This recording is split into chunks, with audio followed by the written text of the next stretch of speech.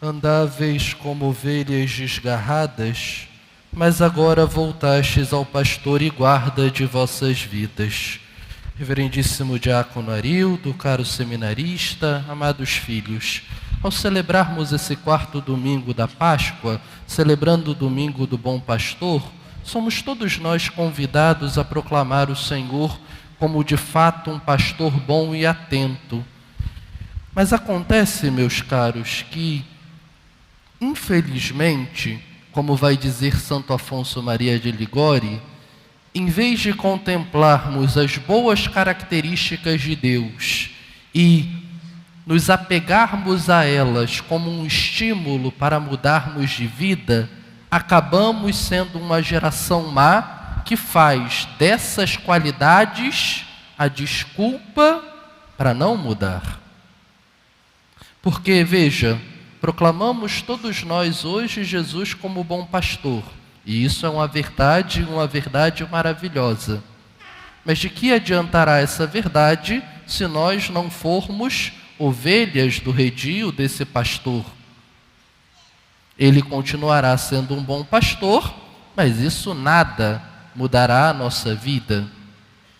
Então, infelizmente, muitos de nós acabamos por nos limitar a proclamar o que Deus é, mas não permitir que essa proclamação, de fato, seja uma verdade que transforma a nossa vida. Santo Afonso vai dizer, não tanto sobre o pastoreio, mas também cabe sobre a misericórdia de Deus. Santo Afonso diz: nada condena os homens mais ao inferno do que a misericórdia de Deus. Parece extremamente contraditório, mas não é. Porque Santo Afonso nos diz: os homens, confiando na compreensão errada que têm da misericórdia, ao invés de se esforçar para sair dos seus pecados, usam a misericórdia como um passe para continuar com a vida do mesmo jeito e acabam se condenando por causa dela. Vejam, é importante que todos nós percebamos que todas as qualidades de Deus falam a nossa vida, mas não podem simplesmente falar a nossa vida, tem que ajudar a mudar a nossa vida, porque senão elas só são coisas que nós até contemplamos, até nos maravilhamos, mas na prática para nisso.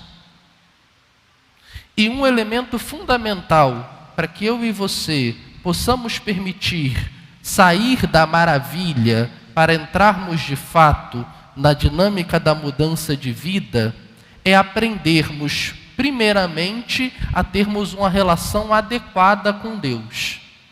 Porque vejam, nós somos filhos do nosso tempo e o nosso tempo foi nos ensinando que todos são iguais, né? Todo mundo é igual, bababá, bababá.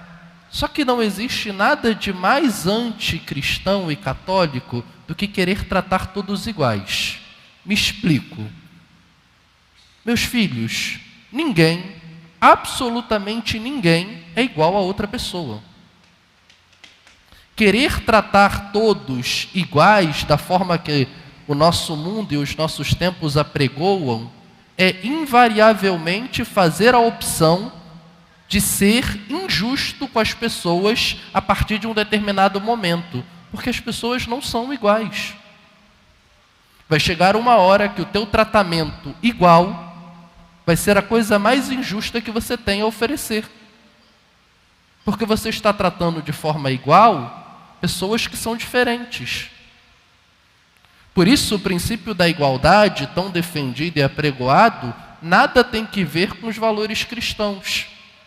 Porque os valores cristãos nunca se basearam na igualdade, sempre se basearam na equidade, que é diferente da igualdade.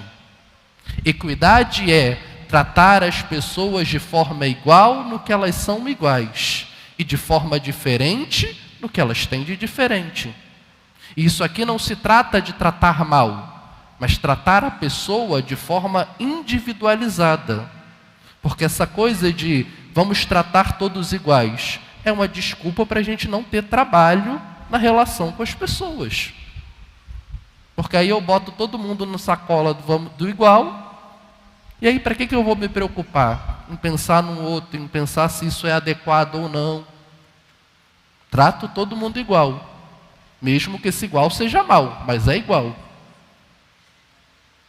E nós traduzimos essa dinâmica desse igual, infelizmente, para a nossa relação com Deus. E por isso não sabemos mais ter na relação com Deus uma relação de lugares adequados. Prova disso é a facilidade com que eu e você trocamos a vontade de Deus pela nossa. E nós fazemos isso com facilidade porque acreditamos piamente que a nossa vontade e a vontade de Deus estão no mesmo patamar. É a mesma coisa. Você pode não dizer isso, mas eu e você nos comportamos como quem acredita nisso. E por isso, com muita facilidade, deixamos a vontade de Deus de lado para fazer a nossa. Porque não sabemos ocupar um lugar adequado na relação com Ele. E não é só com Ele, também nas relações entre nós. Porque se a relação com Deus não está adequada, a entre nós também não anda muito boa.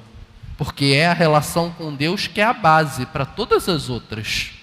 Para que todas as outras sejam vividas e bem vividas. Mas se essa está desadequada, as outras não podem estar boas. Prova disso e da nossa incoerência, e por que não dizer irracionalidade, é esse esforço que nós temos, repito, do caminho mais fácil de vou tratar todo mundo, entre aspas, igual.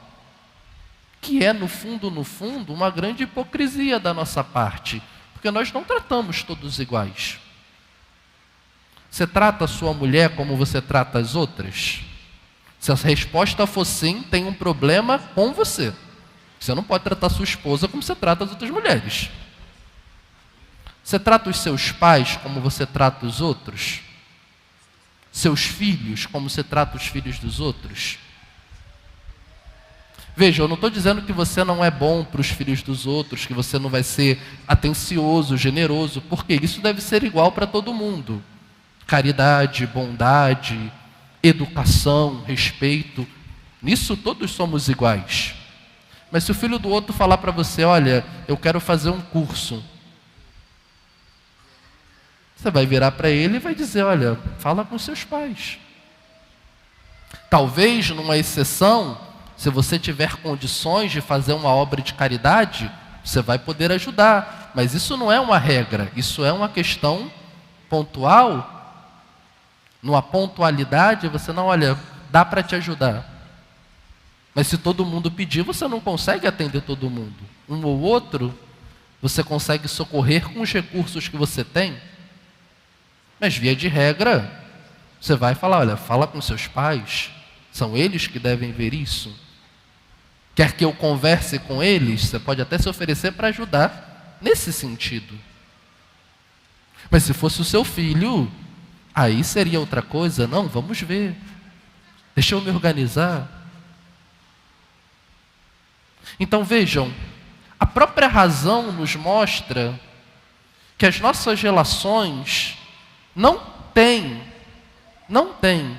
essa suposta igualdade que nós tentamos viver de modo artificial. E, no entanto, quando vamos nos relacionar com Deus, queremos traduzir para a relação com Deus uma igualdade que não existe nem sequer entre nós, colocando Deus no nosso nível. Isso é algo irracional. O Papa Bento, ele dizia, o grande problema da fé não é o credo, mas é a razão dos nossos tempos. Porque muitas das dificuldades que nós temos com a fé é porque a nossa geração é uma geração extremamente irracional. E nós somos frutos dessa geração, que defendemos essas irracionalidades. E por isso temos tanta dificuldade de termos uma relação adequada com Deus. É verdade que Deus se faz próximo, é verdade que Deus, como bom pastor, nos procura, é verdade que Deus gosta de ter intimidade conosco, Mas isso é um movimento da generosidade do coração de Deus, que, como Ele mesmo diz, tem o seu prazer em estar com os filhos dos homens. Mas essa verdade não torna verdade de forma alguma que eu e Deus estamos no mesmo patamar. Porque por mais que Deus me permita chamá-lo de pai e me faça filho, haverá sempre entre ele e eu uma distância onde nunca eu vou falar do mesmo nível que Deus, a não ser que Deus desça do seu lugar para ficar ao meu nível, porque eu não posso subir. Seria a ideia de um filho que acha que porque cresceu e ficou grande, agora fala do nível do pai e da mãe. Você cresceu, você ficou grande, mas seu pai e sua mãe sempre vão estar acima de você. Você pode até estar certo, mas você vai estar certo do seu lugar e os seus pais vão estar errados dos deles. E se nós não entendermos isso, vamos estar fadados a construir com Deus não uma relação de pastor e ovelha, mas sempre uma relação tensa, onde eu acho que eu estou num cabo de guerra entre a minha vontade e a vontade de Deus. Mas viver essa relação não me fará pastor de mim mesmo como eu penso, porque o único pastor possível é o Cristo. Mas, no entanto, viver isso também não me permitirá ser ovelha mais. Então, se eu escolho viver assim, nessa dinâmica, se eu não me permito ser ovelha, necessariamente no rebanho de Deus eu já estou sendo ladrão. O ladrão que rouba de Deus a minha vida que pertence a Ele. O ladrão que rouba de mim mesmo a possibilidade de uma vida santa e feliz conforme a vontade de Deus. E um ladrão que rouba dos outros que estão no rebanho a certeza de que há um único pastor possível, o Cristo que vai à nossa frente. Hoje, ao celebrarmos o Domingo do Bom Pastor, somos todos nós convidados a, ouvindo a voz do Bom Pastor, permitir que eu e você nos entendamos como ovelhas, para que esse pastor possa, nesta vida e na vida eterna, conduzir-nos aos prados verdejantes da sua glória. Que Deus nos ajude, que a sua voz forte quebre a nossa surdez e nos ensine a ser ovelhas dóceis no seu rebanho. Andáveis como ovelhas desgarradas, mas agora voltastes ao pastor e guarda de vossas vidas.